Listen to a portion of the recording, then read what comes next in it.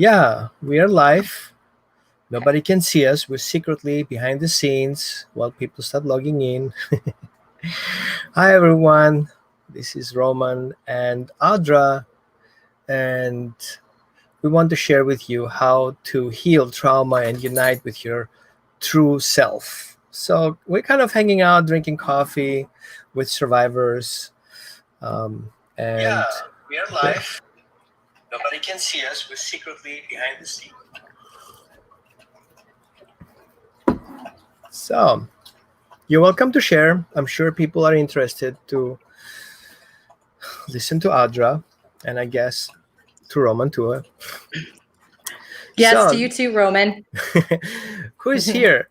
Oh, hi Audra. How are you doing? Hi. Let's keep it casual.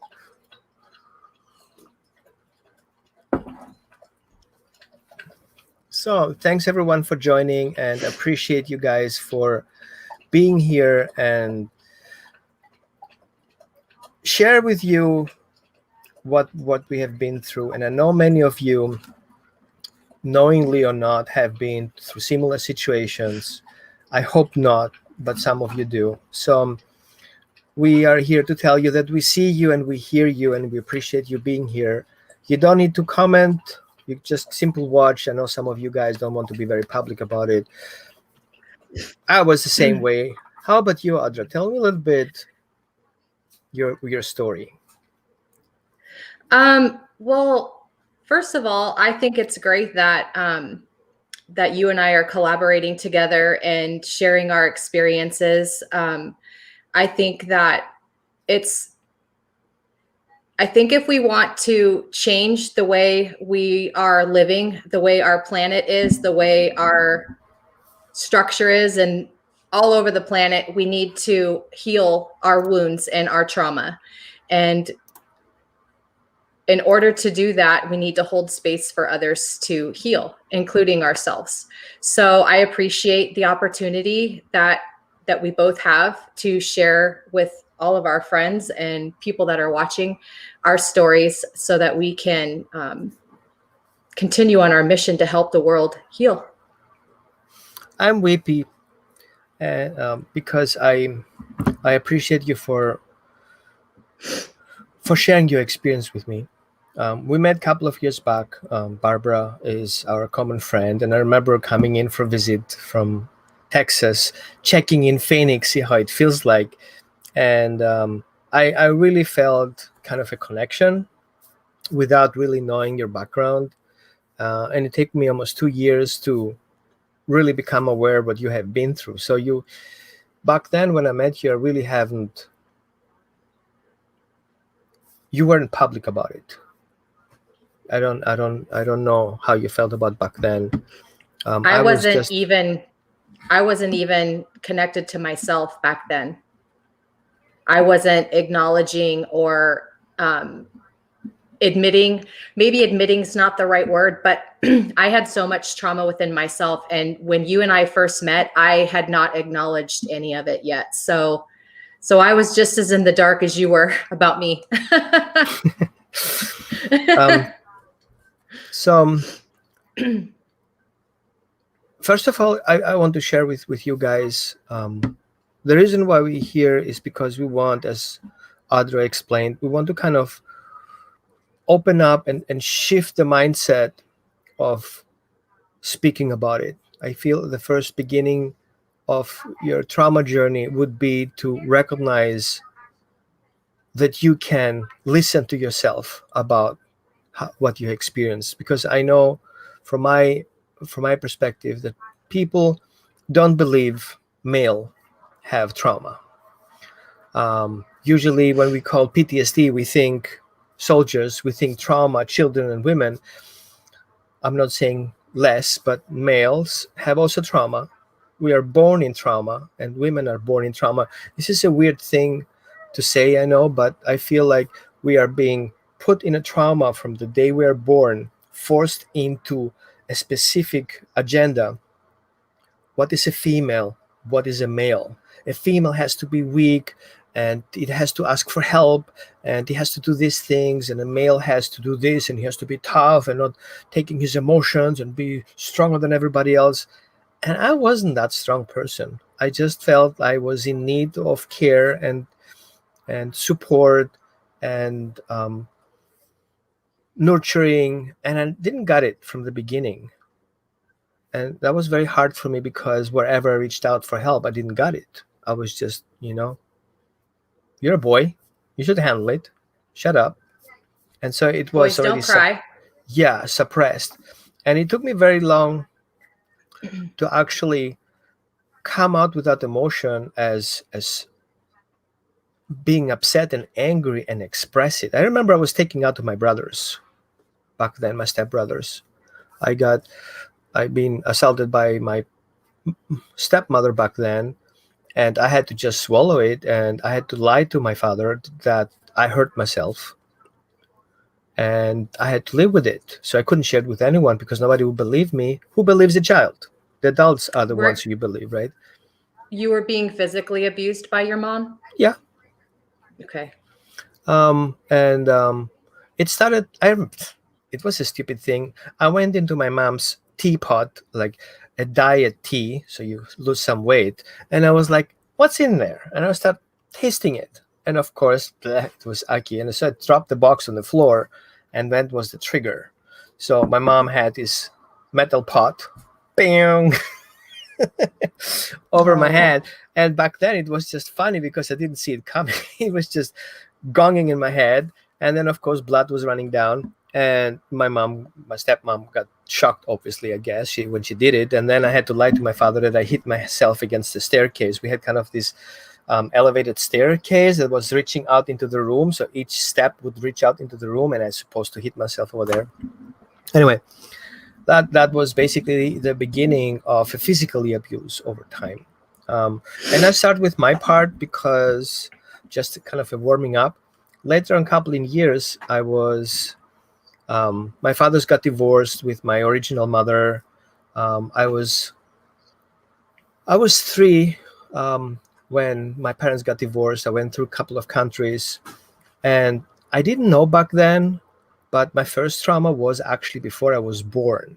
And I'm sharing that because many people will have similar experiences and had no clue how it happened, but I didn't clue either. So my parents were driving, I think, to Germany from Greece, and my father got involved in an accident.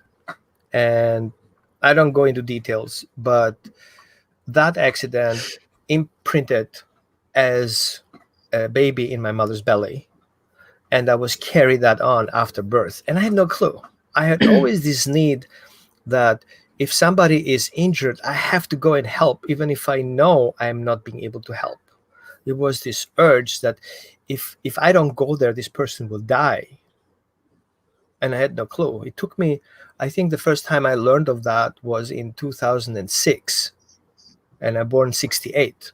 So for so many years, I was carrying that anxious agony in me that if I don't help, somebody will die, that I almost lost a couple of jobs because I would just be late, because I had to pull over and help those people, right? And then I did a healing session. It's called Family Systemic Constellation, where the facilitator basically brings in that energy that I'm struggling with and represented it for me. And it was a dead person on the floor. And I was like, who the heck is that? And I felt the need to lay with this person and die with him on the floor. That was my need. And so without knowing, I came back home. I asked my aunt, which was the wife of my uncle's, of my mother's brother. And I said, this is the weird story I experienced today. Do you have any idea of my parents, anything with a dead person? And she's like, nobody knows about that. And I was like, what happened? And she tells me the story. And I was like, holy shit. I never thought of that could be possible, that I will have a trauma from my mother's belly that I was carrying. I have the goosebumps everywhere as you're telling this story. And later on, that was kind of a story from the beginning of the trauma, to see how trauma actually can imprint it. And of course, you have also additional stories, and I'll keep it actually short. So the next imprint that I have was, Can I yes, stop yes, you yes. just for a second, Roman? So I just like wanted to explain to the audience how, if you're like wondering how it's possible that Roman imprinted this trauma when he was in utero, is because our subconscious, we have a conscious mind and a subconscious mind.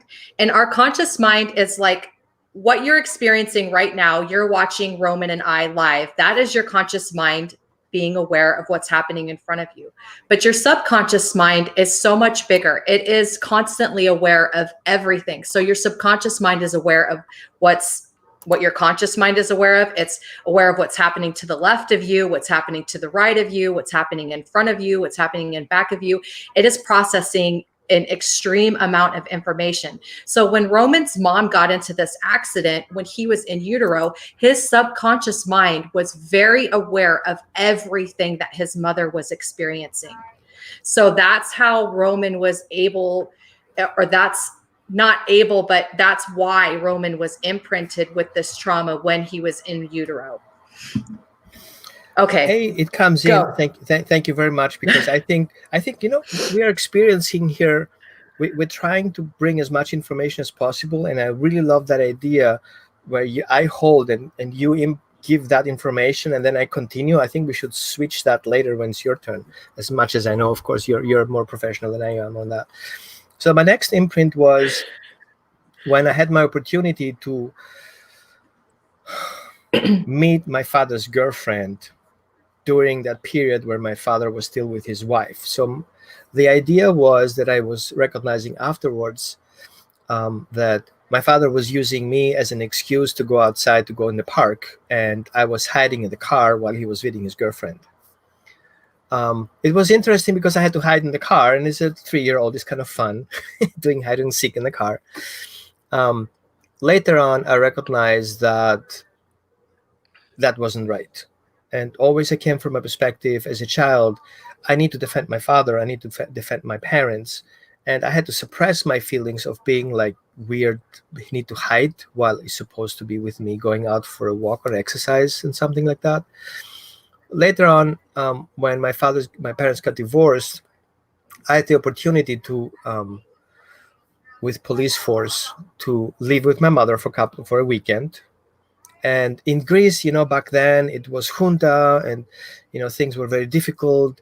Police has a lot of power, so the police came and met father and mother, and I went with my mother. Now, one thing that I remember was that it felt to me she was a stranger. I did not have a recollection emotionally connected with my mother, and it was a shocker for me because I felt like I'm being with a friend. So as much as I tried to see my mother as a mother, it did not click. And I remember that, to the point that I was start crying and got super upset about it. And my mother returned me back to my father. So my wish to meet my mother totally failed at the base because I couldn't connect. So later on, a year later, I think, we were living down in Greece again. We're still there. My parents got in a fight. My father went downstairs in the car. We were living in the third store, and my mother took my passport. Or no, my father took my passport and his passport, and I think that he wanted to do something. I don't know what it was, but my stepmother got very upset about it. So she grabbed me by the shirt as a baby or a child, like a 3-year-old, 4-year-old, and hold me outside of the window, hanging over the balcony, and I hear still my how your shirt starts make these noises, and I still remember bouncing off the hands, and she was threatening my father to let go if he doesn't bring up the passports. I don't know the story, why it would happen with the passports, never learned that story. So from that point on, I start remembering more conscious different things that happened through the period of time.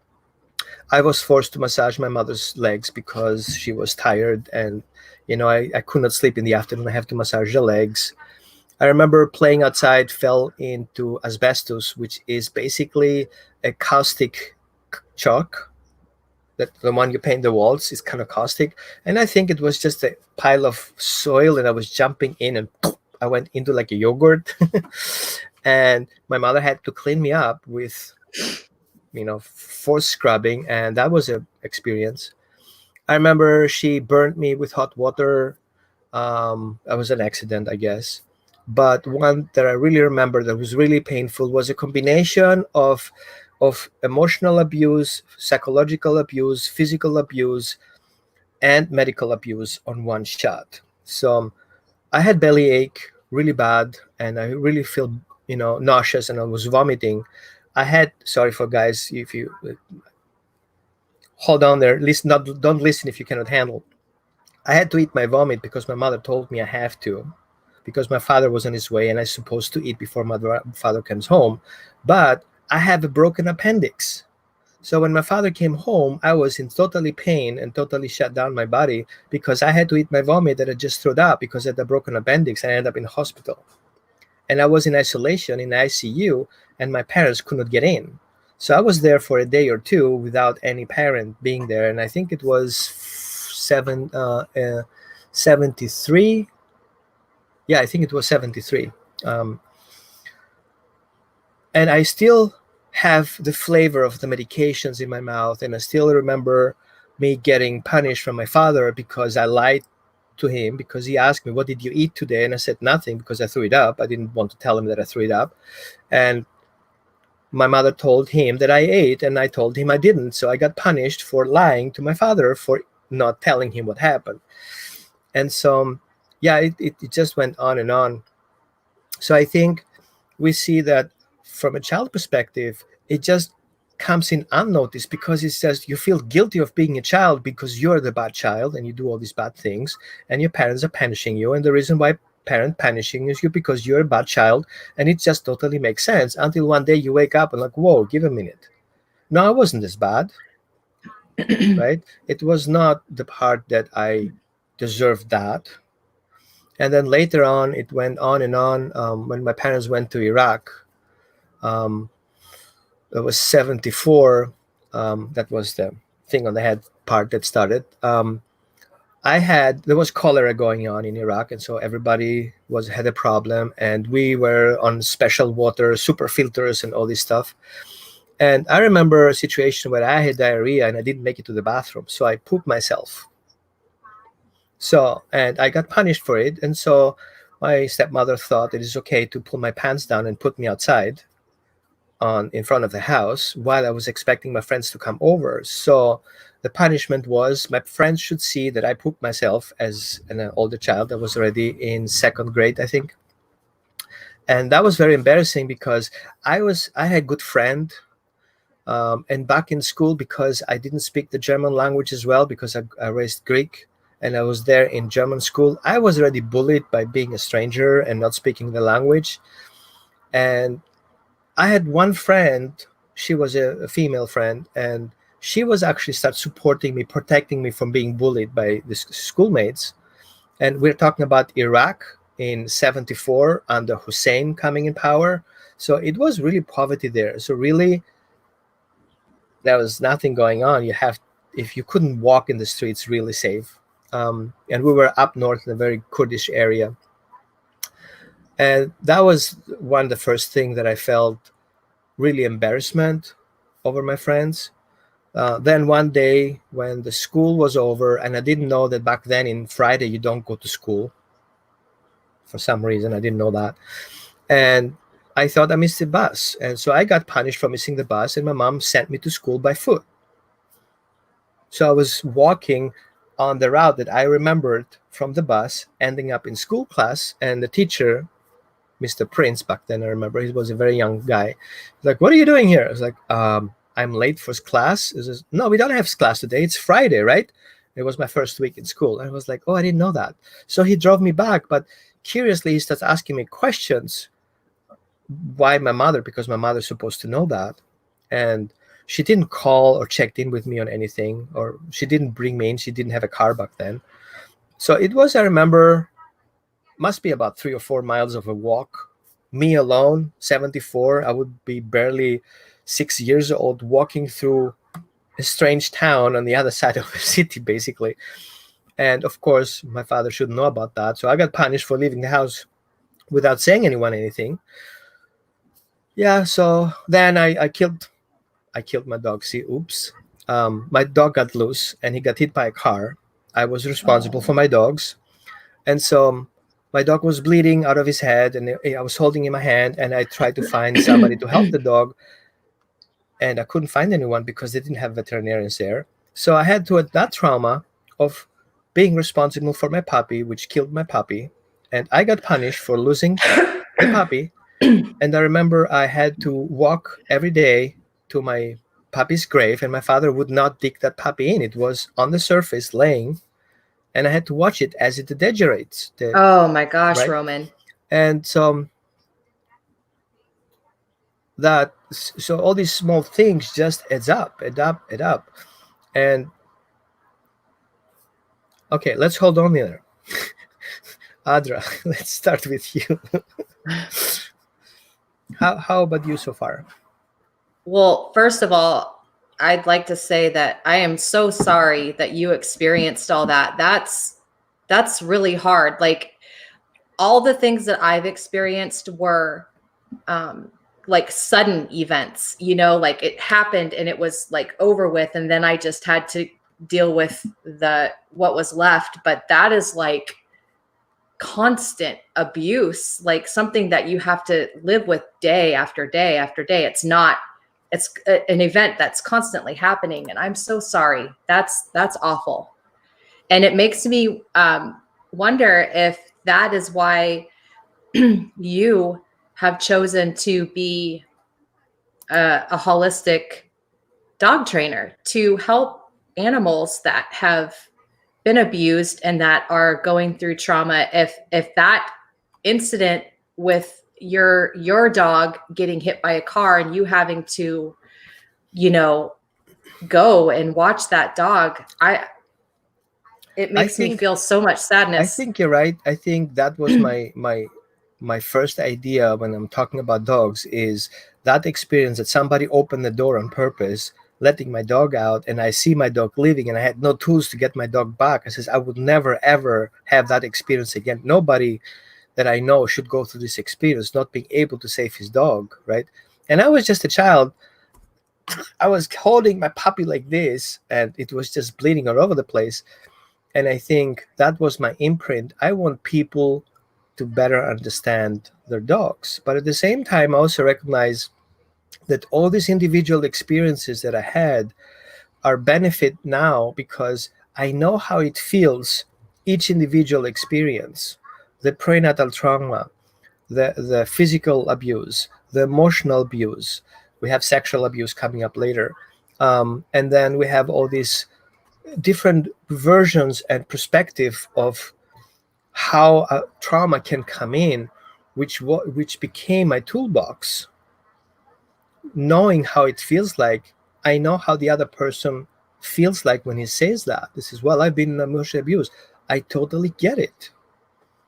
And you can and relate. Right. And the relationship is good because then you recognize how it's connected and interlinked with other experiences in life, because each one experience is a trigger that connects to that root. Like, if I look over a threshold, that memory comes back. It's a flashback of that sound of the shirt and that depth of nothing. And so if I walk over a place that has, this mesh over elevated area, I feel my belly goes up to my brain, and on the other hand, That sounds like PTSD. Yeah, and it's nothing you can do. We're going to talk about that shortly, because we're going to look for the difference between PTSD and trauma. People sometimes confuse those terms. They think trauma is PTSD or PTSD is trauma. Yes, but really not. So there's a clear separation. We're going to talk about that. There is. But I'm really curious to hear about what happened with Audra. And you guys, of course, please, we would love to hear your perspective. And I know many of you had trauma in one way or the other, even if that is that your parent died and you wouldn't be able to help, or you were not there in time to be with your parents and the day of the death, or I know from people who had to make this hard choice to let go of a birth because of issues that they had of their own health, and they had to make this call. So please share your experience with that. I really would love to hear your part. So Audra, tell me about you. So mine is more, like I said, it's more like specific event. It wasn't trauma like day in and day out over a long period of time.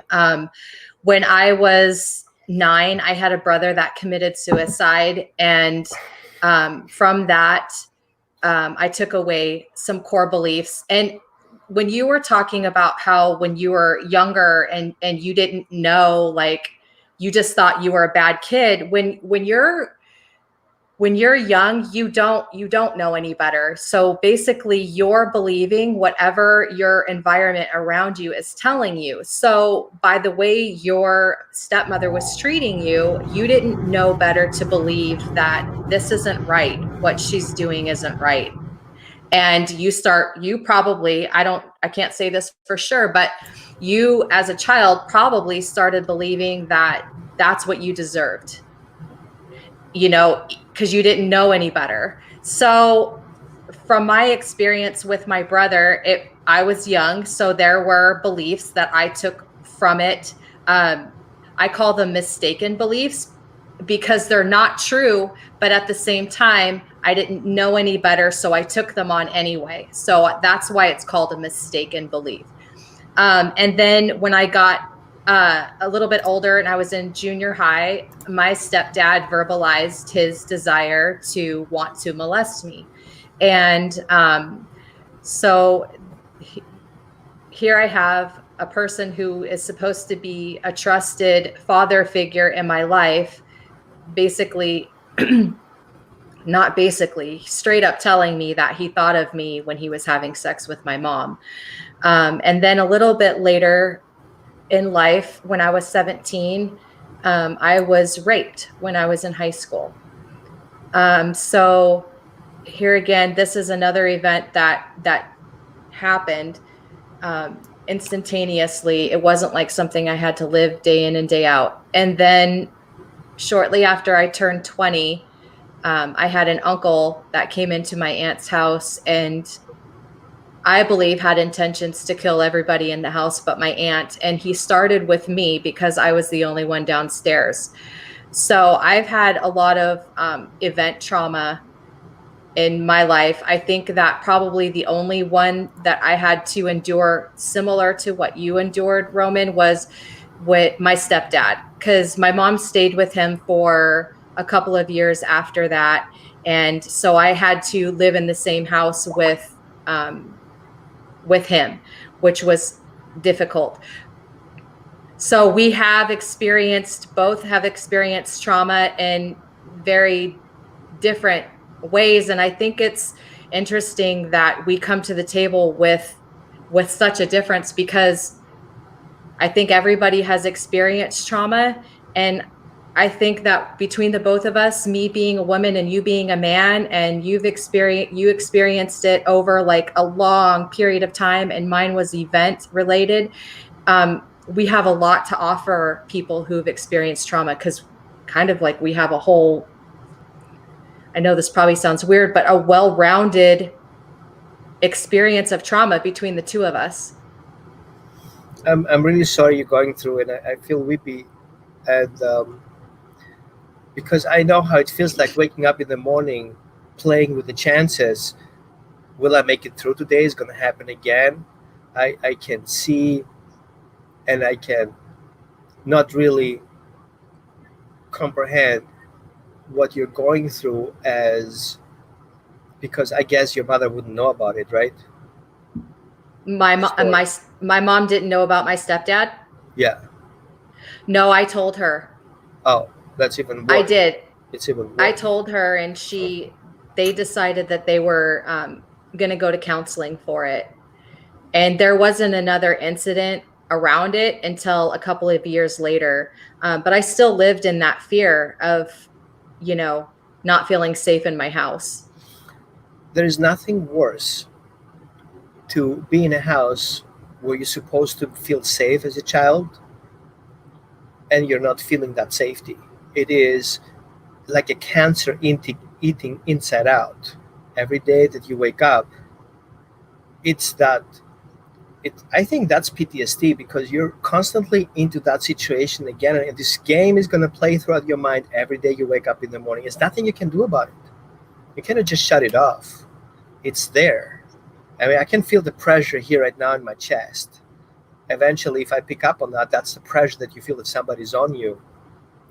And that's breathtaking, basically. Well, I think it's very similar to what you experienced. Even though mine was my step parent wanting to physically molest me, your stepmother physically and mentally and emotionally abused you day in and day out.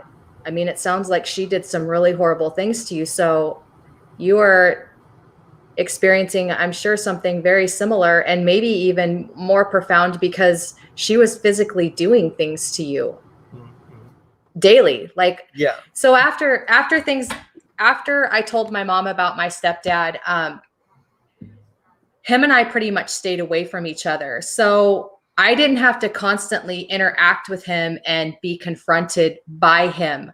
I just had in the back of my mind and in my heart, like a fear that I wasn't safe. Like but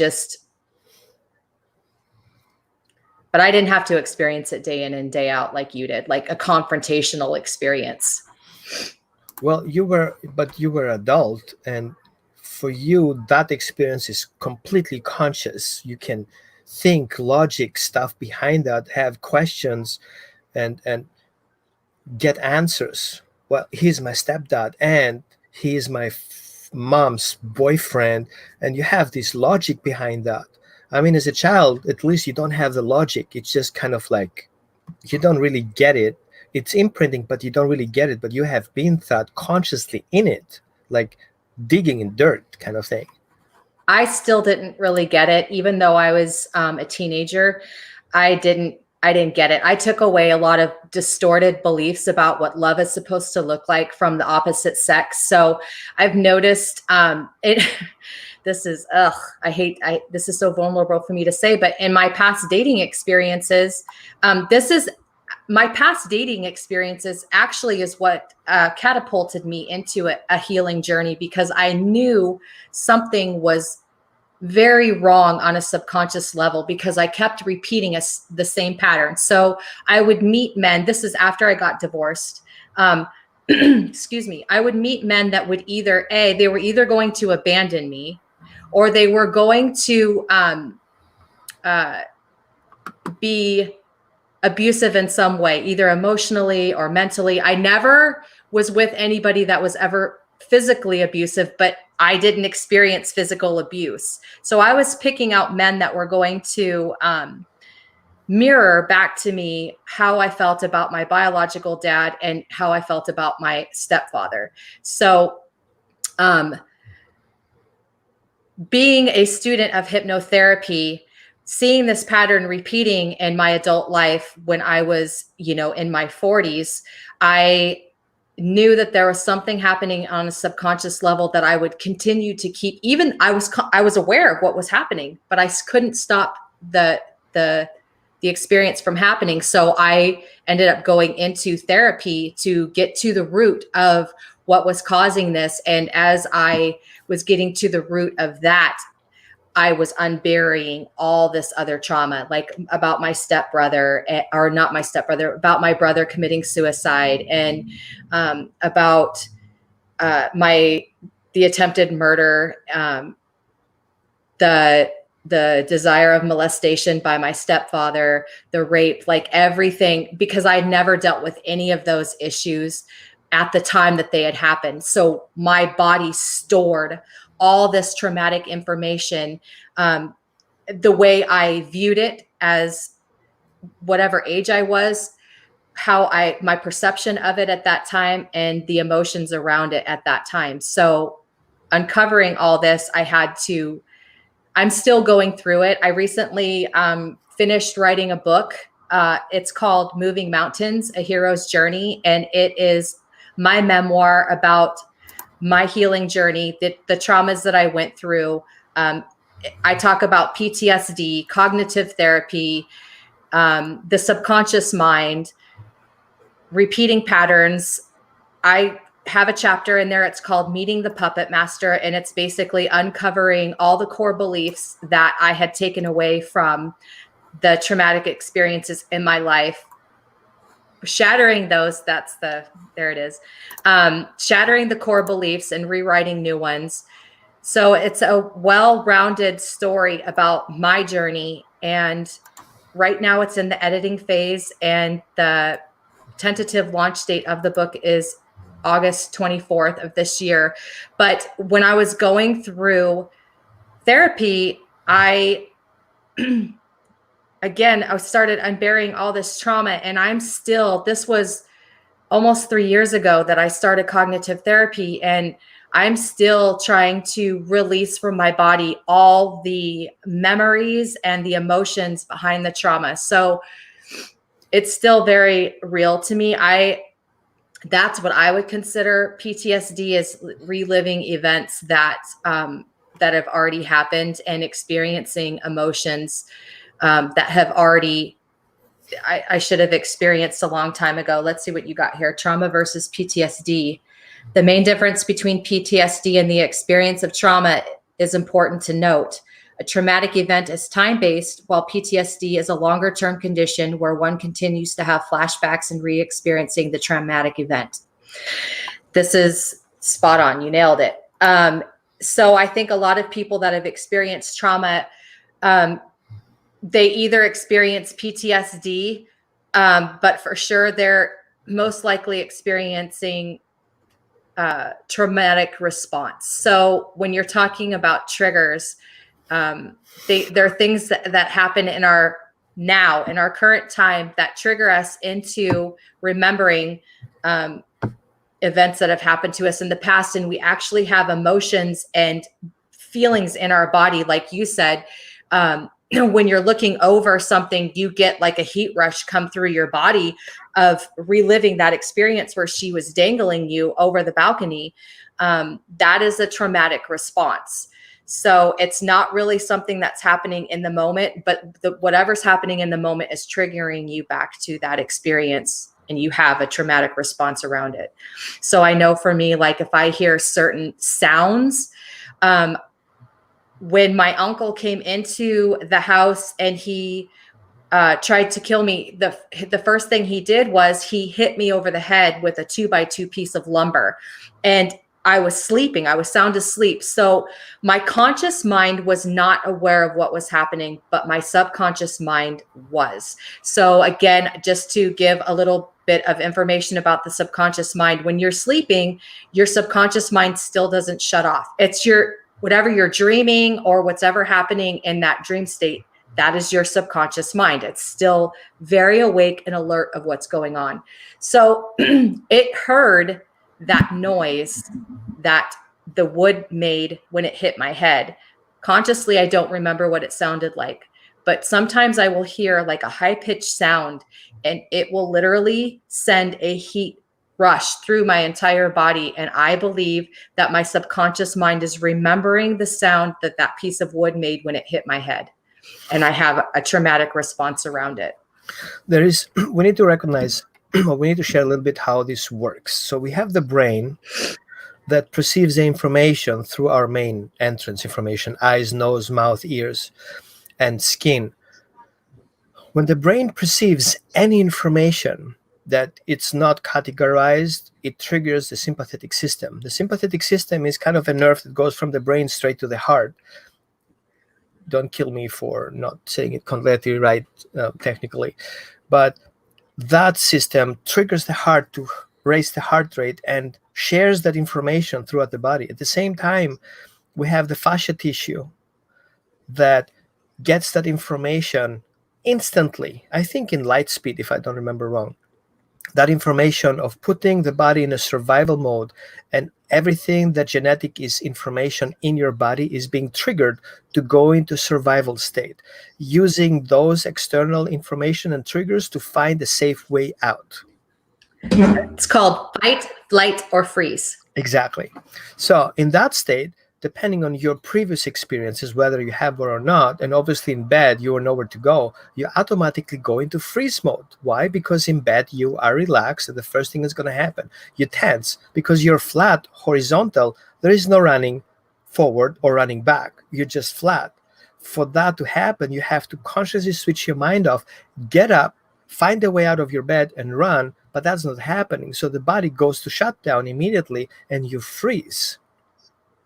So that freeze state is what makes you unable to move. Now, people who have experiences in this kind of assault in bed, people who have sexual abuse in bed, they're naturally going into a not freezing response. And I know people said, well, why did you fight about it? You can't. Nothing moves. Your brain is not in control of your body. Everything you experience is disconnected because your body wants to get out of there. So your soul and your emotional experience pops out of your body because you don't want to go through that experience, right? I don't know how it happened to you, but I remember at some point seeing myself, things happening outside of myself. So it wasn't me experiencing it, it was me observing it. And that's the weird thing. You just cannot do anything about it, so you pop out of there. So once the heart is triggered and it goes up, the heart rate goes up, the whole system basically is under high alert. For the brain to kick back in, you have to come back down, and then the brain will shut on. So basically in that moment, 90% of consciousness is switched off. You are not conscious of what's happening until it's processed. For me, I didn't know what was happening, and I woke up. So when he hit me over the head, the 2x2 shattered, and then he proceeded in trying to strangle me to death, and I still wasn't aware what was happening. And I in my subconscious mind, I knew something was going on because I started feeling my entire body start to panic, and then I consciously was I was waking up, and I realized that I couldn't breathe, and I opened my eyes, and he was standing over me, strangling me, and then I went into fight mode, and I was able to get him off of me. But I think, because I wasn't conscious, I wasn't awake at the time, my body was in a freeze mode because the subconscious mind doesn't have emotions around anything. It's just observing. It's the observer. And as soon as my conscious mind was came into play, I fought. I think in your situation, when you're talking about you come out of your body, that there's a disassociation. That's some sort of disassociation. It's because you can't mentally handle what is happening to you. You do not know how to process. You're not mentally mature enough or emotionally mature enough to process what is happening to you at the time. So you come out of your body to live through that experience, basically, and you come out, so you disassociate from that because you don't know how to process it. One thing that, first of all, I was trying to break a 2x4 while making fire for my pit. And I was hitting with my leg, karate style, and that thing doesn't break. And it broke it over your head. It was actually a 2x2. So we're talking. Well, you know what? A square piece of wood, not even a flat one. That's a hard one.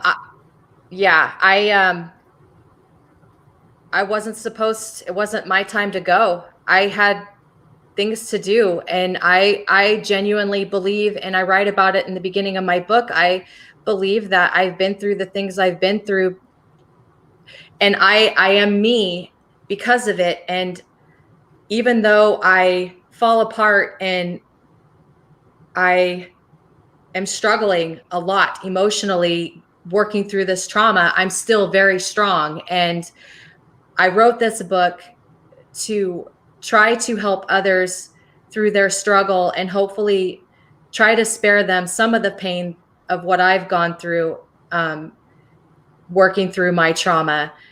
trying to light the way for somebody else. But I believe that I came into this life to experience what I've experienced and write this book to show people a way, to show them that mountains can be moved. And I believe that that's what I came here to do, and that night was not my time to go. And so whatever you believe in, I believe that there were forces with me that helped me survive that night, and here I am. I feel I'm blessed to know you, because it gives me, also it encouraged me to look into a broader aspect. I don't think, if I wouldn't met you, I don't think we're going to ever talk about that in public. I think nobody knows about that other my very close people that I have too. I never knew that. I'm very honored that you shared your story this morning, because and I feel being able to share it is because you were open about your stuff. And so, you know what, if she can share that shit, I can share it too, I guess. And before our conversation started, I didn't know which part I should start, or which part should I talk about, because I didn't want to take over the conversation. I think both stories have their value and weight. For some people would say, oh my God, Roman's experience, wow. I would say Andre's experience, wow, because it's so intense. There is no more or less. If a person goes through a trauma, each person has his own trauma. It has its own value. It's a survival instinct that keeps you alive. And it's the reason why these people are alive, whoever has been through that, is because it's very special. So I want to mark that if you have been through that experience, doesn't mean you're broken. That's what the system wants you to believe, that you're broken and you're not worth it to get out of there, because there are more. And I think we're going to talk about in the future that it's not just what's happening here in 3D that affects things. There are more layers to it.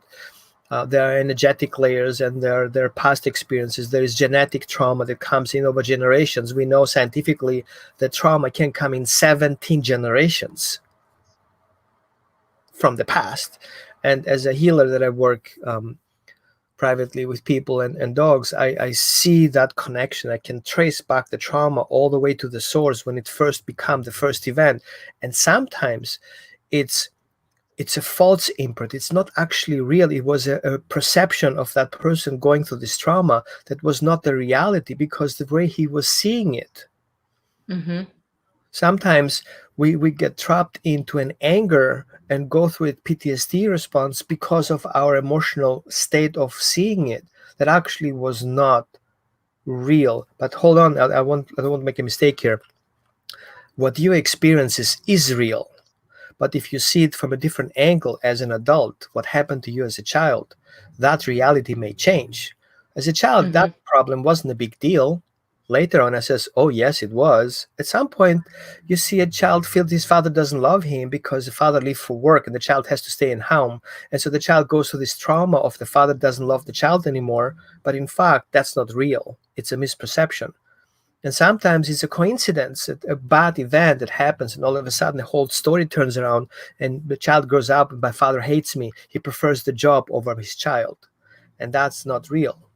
However, we always learn to see it's always real the way the child sees or the adult sees this problem. That's his reality. Doesn't mean it's my reality, and it doesn't mean it's the psychotherapist's reality.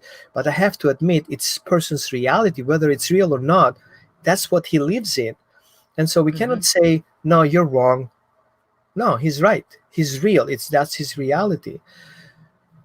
But then I see, when I'm working with dogs, when a dog goes into a stress response, the first response is to walk away from it or fight it. But if you give the dog an opportunity to observe it from a different angle, that perception can change. And that what would be a trauma all of a sudden becomes an event, simply is being discharged. So we see, if we're going into this traumatic experience and we have this survival response, and this survival response cannot be discharged because we are trapped, we're going into freeze mode, or we are being suppressed because we cannot express it, that is going into a repetition loop, and it becomes a PTSD and starts looping. And because we cannot discharge it, we're going through the same experience again, creating relationships that are similar to the trauma that we have, which is not actually the same that we experienced, but it's the reflection of it. So people Mm-hmm. says, well, you're going through a trauma and you're supposed to, get married with people who are treating you like your stepdad. No, it's the trauma that is behind that, of you're not being protected by your own people or losing your own people. And that feeling that comes in is coming in a reflection. And that goes into the loop until one day you say, hold on, is there a way out? And you're lucky to find therapists who help you get out of that loop and have you have a new experience and get you out of that discharge into a grounding of that experience. And then you let go, and then your body lets go, and the trauma is being released, and these blockages are being released, and the attached illnesses that comes with that blockages are being released. And all of a sudden you have this like coming in, and all of a sudden you can feel your body again, and your emotions come back, and you can feel the emotions again. Because I feel you, for many years you have been shutting down your emotions, right? In certain Mm-hmm. situations, like Decades. how would you be engaged or being with a person, and I say it as it is, how can you go with a bed with a male with a different sex that has been and abused you over a period of time and hurt you over a period of time, and in your mind is not playing that game? What if I wake up in the morning with a 2x4 on my head? Anybody can do it. I don't even know this guy. He's not even my relative. He's not even my family. So if my family can do that, everybody can do it. And then I think plays in the back of your mind until one day you kind of says, how can I get back in control of my events? But You did a really good job explaining all that. I think, right? I No, just, I know. You did a great job. I put together a list. It's not perfect, but I thought I'll share it with you because we kind of have to look into types of traumatic experiences, because many people actually not aware of. So we see, for example, Audra has been through type of assault, child maltreatment, domestic violence, war-related trauma. In that case, it was an assault with a weapon. In that case, we can categorize there. You had a school community violence, sexual assault combination in school, in a social place where you're supposed to be safe in public. You had a traumatic loss. You have a system-induced abuse because you were in the family, you would not be able to get out there. And the only thing you haven't had yet, maybe you do, is natural disaster. You basically have all available traumatic experience, and we know in psychology you have been through it. Am I wrong? I would say that war-related trauma is I don't think I've experienced that. I get where you're coming from as far as like my uncle having a weapon and using that against me. But it would be But more I an think, assault. yeah, I think that would be more of an assault type experience. War related, I think, is actually genuinely war related. Like Gotcha. that's your veterans. Yeah. We kind of talk about that because I'm lucky to have been there too. So let's talk about trauma. What is trauma? Trauma is the experience of severe psychological distress following a terrible or life-threatening event. Sufferers may develop emotional disturbances such as extreme anxiety, anger, sadness, survival guilt, or PTSD. That would be the extension of the trauma if it comes in over time. They may experience ongoing problems with sleep or physical pain, encounter turbulences in their personal and professional relationships. Yeah, we can sing a song about that. And feel a diminished sense of self-worth due to the overwhelming amount of stress. Now, one thing that I recognized on my side, I hated myself really bad. And that anger and frustration about me not being able to be in control of certain situations, I just threw it out there in my environment. And I think that was my wake-up call when I start being mean and angry to whoever start becoming my family. So I had this resistance. As soon as I should let go because I would feel safe, um, connecting with a family member, connecting into a relationship, it become a survival mode. I went into survival. So basically my relationship lasted about a year, and then I switched into survival mode, and then everything that happened was against me. So I was feeling, you know, if the food wasn't done the way I wanted it, it was personally. Are you okay? Yeah. Okay. If I came home and the water wasn't hot, then I thought it was on purpose. Well, it was, but I took it kind of like even to the next level. And I think we have to recognize that those people, even if they don't have, physically a limb missing, there is a part of the body and a part of the brain is not present because it's being triggered. A word, a sentence, an accusation, a question. What are you doing? I know. I have PTSD if my wife asks me, "What did you do? What happened?" And I was like totally in defense mode. I didn't do it. Was my first response. I didn't do it. Like, Was it like your dad asking you yeah, yeah, what happened? yeah, and I have to be quiet. I didn't do it. It wasn't me. It was my fault. So people say you're a liar. So your avoidance to step into that PTSD mode, try to stay out of that, you're being called a liar because you don't want to go in there. So it's kind of like wherever direction you go, you're going to end up trapped. And then what you do is avoidance. What happened?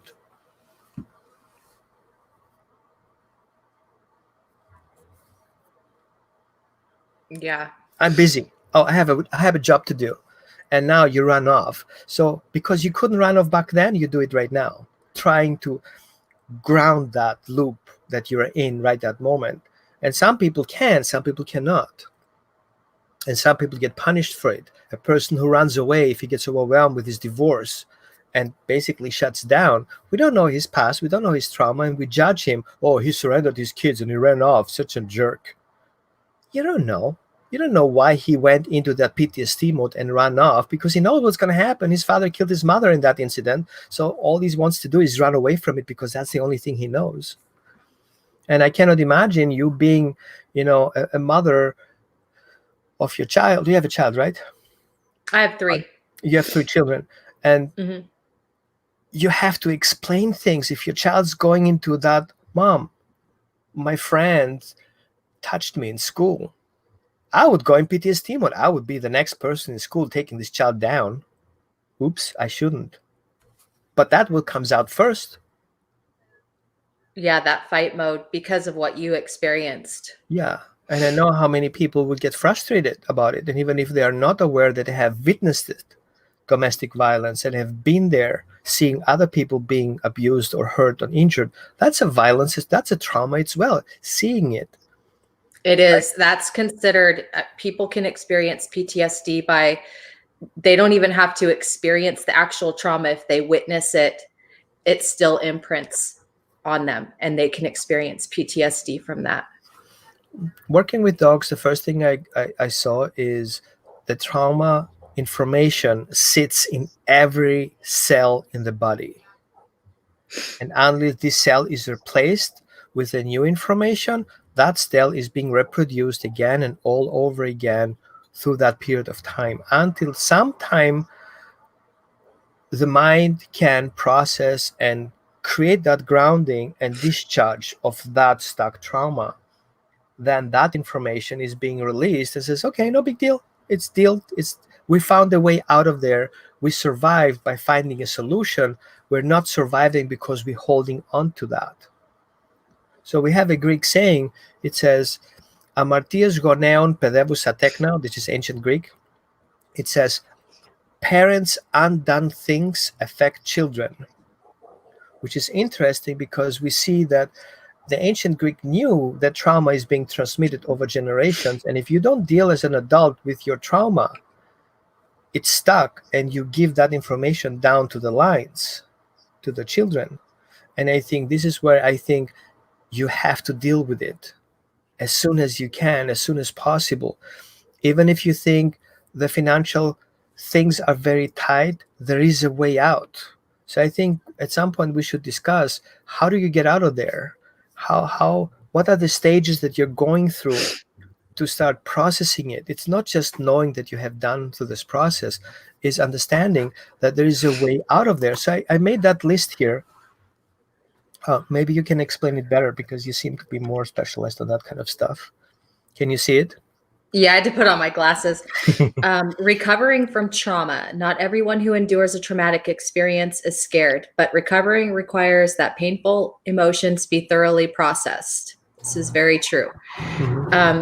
Number one, circuit breaking. In the trauma zone, the juice turns off. Intellectually, you lose from 50 to 90% of the brain capacity, spiritual crisis, and physical pain possible.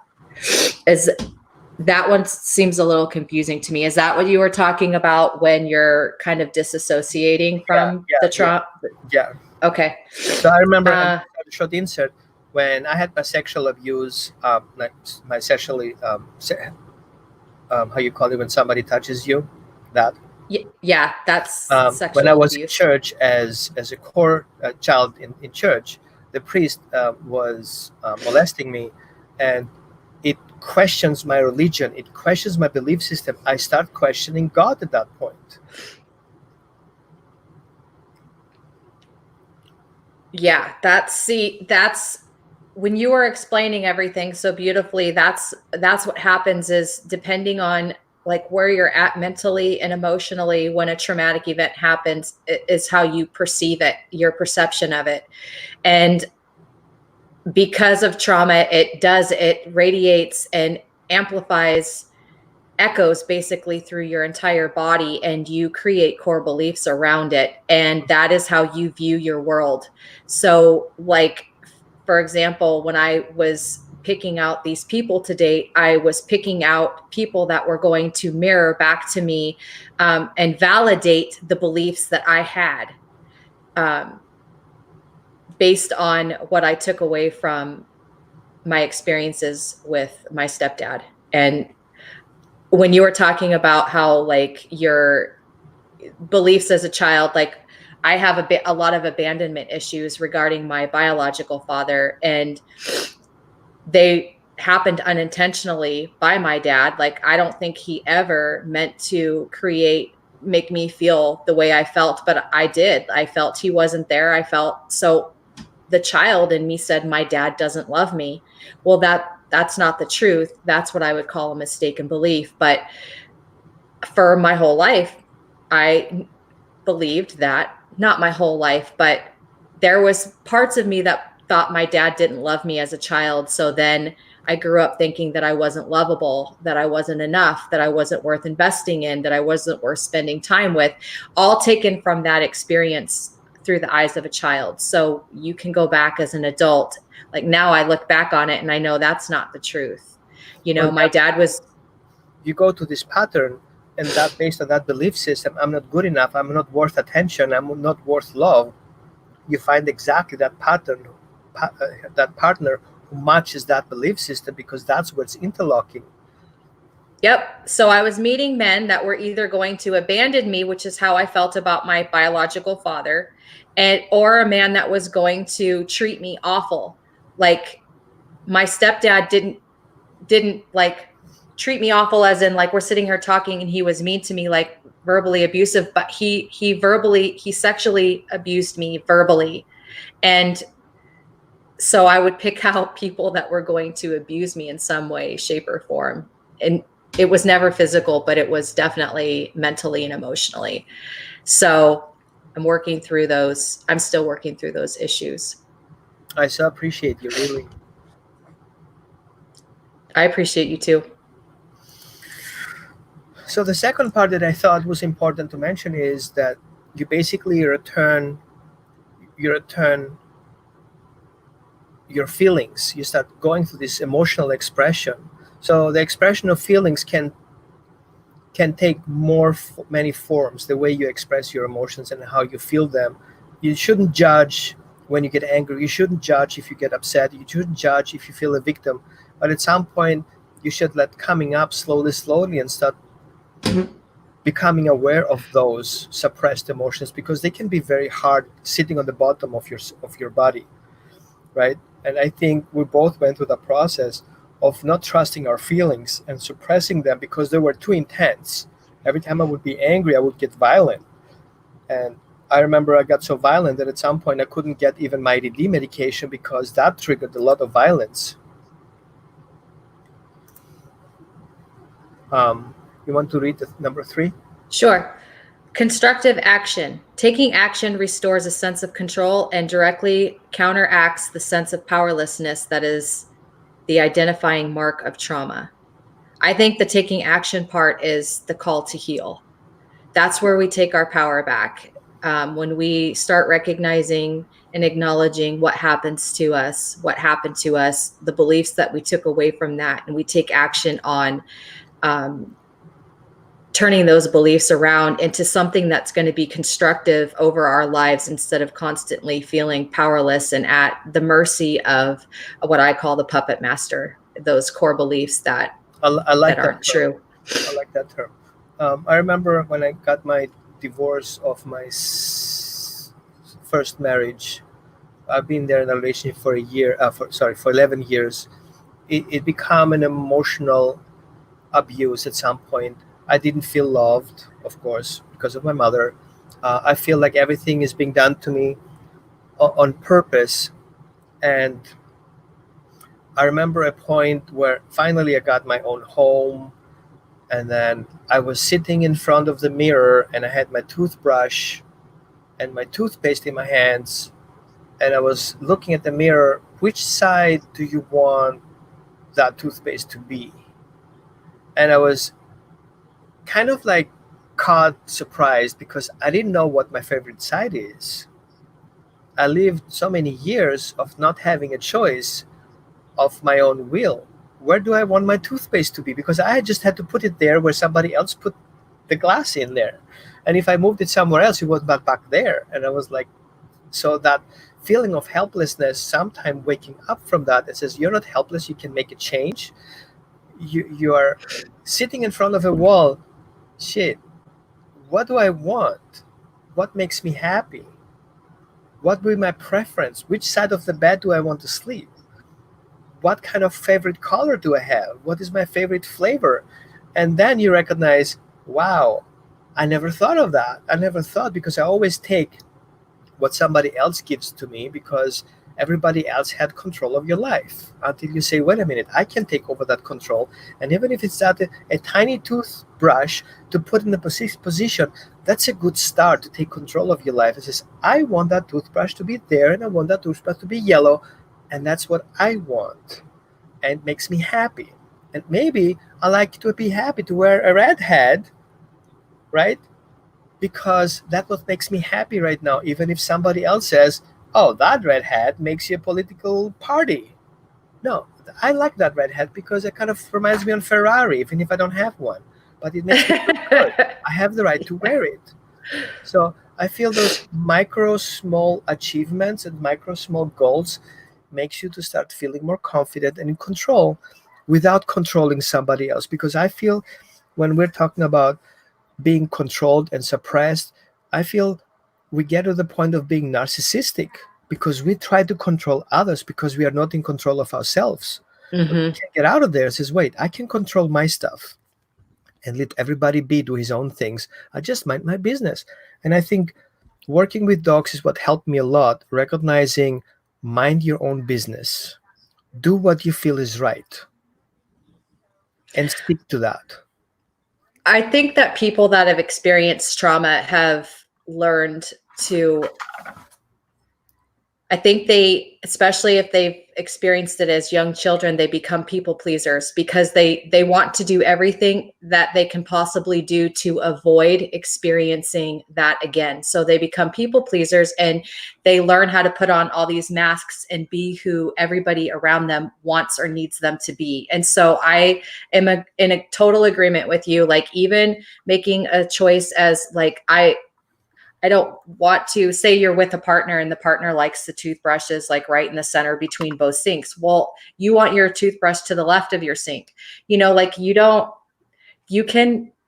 have to always people please. I mean, in a relationship, you have to, you find a balance, but it's a good example of taking off the masks and being who you are and allowing yourself to be who you are rather than feeling that's taking your power back, rather than living and being someone that you're not because you're in fear and you feel like you need to please everybody around you all the time. I remember my first marriage. I recognized after I got divorced that the reason why I got married is because my wife's mother cared for me. That was my primary reason of getting married. I chose my own mother that pleased me and kind of took me who I am and didn't project anything on me, while my real mother accused me of doing things I never said and never done. So I later on in life, I think I was 20, 21, 24. I went back to Greece later on and met my mother again as an adult. And that was a shocker for me because I remember I found her. I didn't have any address. So I recreated in my mind whatever I remembered as a child, as a 3-year-old. And I found the place where the bakery was, where the house, I found the house because I found the bakery. And while I was in the bakery and I was looking the street up and down, a person came out and says, "What are you looking here?" And I was kind of like German looking, kind of with my shirts, and I was borrowing a moped. I was 16 and I used my bus driving license and cheated on the guy who rented me my moped because I told him that's my driving license. I'm supposed to be 18 kind of thing, So I was driving the street up and down and somebody was curious, asking me the questions. And I says, "I'm looking for my mother." And the person says, "Who's your mother?" And I said the name and they look at me like I'm an alien. And so a child came out and it's supposed to be my friend when I was young. So we grew up together a couple of years. And he ran back in and called his mother, like, "Mom, mom, mom, the neighbor's child is here." And she gave me the address of my mother. So she called her up. She told her that I'm here and she like surprised kind of thing. And so I went to the building that she lived. She lived in another place in a multi-story home. So I was downstairs looking up, trying to recognize my mother, and there were three women looking out the balcony, which is so strange because in Greece you don't do that. You don't look out down the street and the balcony. Who cares who's on the street? It's kind of like being in New York, looking down the window, talking to people. Doesn't make any sense. So I saw these 3 women, and I felt so lost at the moment. And I was like, "What am I doing here? I don't even recognize my own mother. Who is this? Which one of those 3 is my mother?" And I thought, I'm gonna drive off. I was kind of like about to give it the gas and drive off. And then I heard the voice, "Ah." And then I looked up and then she was there on the 3rd floor. And I was like, okay. And I had these mixed feelings about that because I came in as an adult. So I went upstairs and there was a conversation, how things are and what is the reality and what's the truth. And there was one sentence that basically punched me in the face and punched me in my heart and punched me in my guts. When she told the sentence, "I didn't like you because you reminded me on your father." Oh. And I was like, wow. It was exactly what I didn't want to happen. I didn't want to be like my father. It was kind of like, no. And all of a sudden I got this mask pushed on my face, and I still feel weird about it right now. Hearing that word, it was my nemesis. I did not want to be like my father, living with other women. I have, I think, 7 brothers and sisters that I don't know in person other than 3. So there are other families behind. So there's a whole story behind that. And I was like, I don't want to be like that. Why do you project me being someone I'm not? You don't see me. You don't love me. The only thing you see is a projection of somebody you hate. So I'm a result of hate. Great. I packed my stuff and left. So that got stuck. It wasn't as bad before that, but that one was the cap on that bottle. And you start shaking. I almost exploded. So I went back home. I couldn't say to anyone anything because people would say, "You're crazy. You're your mother. You left your mother," kind of thing. And I was like, no, I can't deal with that. That's it. It took me another 2 years to get over it and kind of talking about that. But that was a bummer. Um, I think we have a lot of stuff to talk. How do you feel about that, Audra? About what you just said. No, in general, we just tap on the surface a little bit. I think. What do you guys Yeah. think who are watching? Do you guys want to hear more of that? We were thinking to kind of maybe sitting together and take each incident and break it down in individual pieces, share with you how we dealt with each individual piece, how we walked with it, how we felt about it. Um, Maybe you guys can come up, share your own stories, and maybe talk about that. Well, how do you feel, Audra, about that? I think that I feel like we keep seeing history repeat itself all across the planet, all over the world. History is repeating itself. And I believe that it's repeating itself because remember the loop that you were talking about, that trauma loop? That's exactly what's happening, not just on an individual level, but on a global level. So I like what we're doing. I'm hoping that people jump on board with this because I believe that if we want to change the reality in which we're living and we want to get off that merry-go-round of history repeating itself, it starts on an individual level of healing your own wounds, your own trauma. So I'm in. I so agree with you. I'm in too. I mean, what can happen? Can somebody kill us? Okay. I mean, I'm fine with it. um, Not really, but I think we should talk about that. Somebody has to talk about it. Everybody's talking around, and trying to schmook it and make it look good so nobody's being triggered. But you know what? I wouldn't be here if I didn't have people triggering me. I appreciate my ex-wife. I appreciate my stepmother. I appreciate my father. I appreciate everybody who triggered me because that made me who I am right now. And I think we should just be aware of that because of them, whatever happened to us, whatever they did to us, it made us become who we are now. And we should be proud of it. Yeah, embrace who we are. Yeah, and we survived. We stepped for ourselves. Some people couldn't make it. Doesn't mean they were weak. There was just too much shit going on. And sometimes the body just lets go and the mind lets go, and then there is no will anymore. Depression and fear is really a difficult thing. You cannot get yourself out of there because you're in it. Your system is shutting down. You need a supporting part that helps you get through that. And I so appreciate my wife, Barbara, who is there holding space for me through that process, because if I'm get upset and get frustrated and have a PTSD response, she's like, honey, how about you kind of sit with that a little bit? I'm super frustrated right now. I feel so invaded. I feel so violated. But I want you to think about that and maybe we can talk later about it.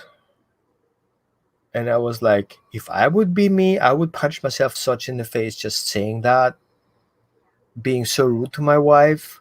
And she just holds space for it and gives me time to rethink my sentence and Yeah, rethink because she my knows it's approach. not she knows Yeah, it's not personal. It's yeah, you reacting to something that's not yeah. present. And I feel if we are going into that process, living with a person who has been similar trauma, more or less, it triggers your ego as a person because you're like, why is he doing? I love this person and he does it to me. Always remember, it's not always the person who does it to you. It's the trauma who comes out and tries to get out. And there's a reason for that. Something triggered. It could be your body posture. It could be a sentence. It could be a message. It could be a picture. Uh, I mean, I know people like Barbara, she cannot even see violence on an animal on TV. She's going into a PTSD mode. If I see a person violates an animal, I go into a PTSD mode because I know how it feels like. So we have to hold space for those people. And even say to colleagues who eventually watch, if you're a trainer and you see an animal going into a PTSD mode and you take it personally, dude, drop the leash, go back home, leave dog training behind, because 99% of reasons why dogs have behaviors is because of a traumatic experience, because otherwise they don't give a bark. They just hang around, shake it off, and then do mind their own business. That's what dogs do. So if a dog doesn't shake it off and doesn't mind his own business, then he has a trauma, and that's guaranteed. Audra, I think we should do that. I feel very good about it. Yeah. I think we should definitely see what the feedback is on our talk today. And I think us just sitting together and being real and authentic about what we've experienced, is that in itself is holding space for others to heal. Because not that anyone needs permission to tell their story, but some people are afraid. And I think by what we're doing right now, it's giving other people permission that they can tell their story and be safe. I was just thinking, okay, no pressure on anyone. I was thinking maybe we can create a private group where people can share things privately. And which is a safe place where there is no judgment, where there is not like, that's your idea, like it's not real, you're such a whatever, or you're such a victim. Yeah, you can be a victim, you can feel being a victim, you totally deserve to feel that way. And sometimes you have to say, you know what, I'm just tired being a victim, I want to get out of there, without becoming the abuser. Because I, from victimhood, become the abuser, because that's the only way for me thinking to get out. Well, that's how you feel like you have your power. Right. But when really it's the opposite. Your power is by not being the abuser. Stepping up for yourself without abusing others. Yeah, and actually working through your feelings. Whatever is triggering you to make you be the abuser, your power lies within working through whatever that is, so that you can be authentic and live a life based on, I don't know. It goes back to the puppet master thing for me. When people are when the abused becomes the abuser, they're basically being pulled by the puppet master strings. And I think we should give people options if they don't want to comment in public. You can message me. I think Barbara would be okay if you message her and says, hey guys, you know what, this is my experience. I would like to, you guys talk about this, or you talk about that. I think Audra and me, if we put us together, we kind of have a good overview, a good toolbox to share about our experience. We are not therapists, at least I am not. We need to talk about that at some point. Which route, where do we start? Like, I started recognizing myself that I have a problem. And then there are different routes and options available. And my first 3 options that I chose totally fell apart, and I was not happy about that, which brought me into another route. But I think next time we should talk about how we got started. Which route did we go first? What was our first choice? How do we get ourselves safe? Because I think that's the first step. Try to get yourself safe somewhere, somehow, and start taking time and think about the options. Just kind of slow down the time and says, whoa. What's going on? How do I feel right now? How do I get out? What's safe? What's unsafe? And try to orient yourself, looking around you and see who can help me right now. Who can be next to me, listening to me at least, before I go to the next step. What do you think? Yeah, that sounds good. So you're saying that you think a good idea for the next topic on our next talk would be to talk about different aspects, different avenues people can take, because healing is not a one size fits all. No. It's not a book. It's not a method. It's not a group. It's not an organization. It's a complex thing, because it's as complex as your trauma to find a solution out of it. Sometimes it starts with a lawyer. Sometimes it starts with a call to the police officer. It has to start somewhere, and I think we should research that avenue. Where can we start? I started with being angry. I started by admitting it, and all of it even happened to begin with.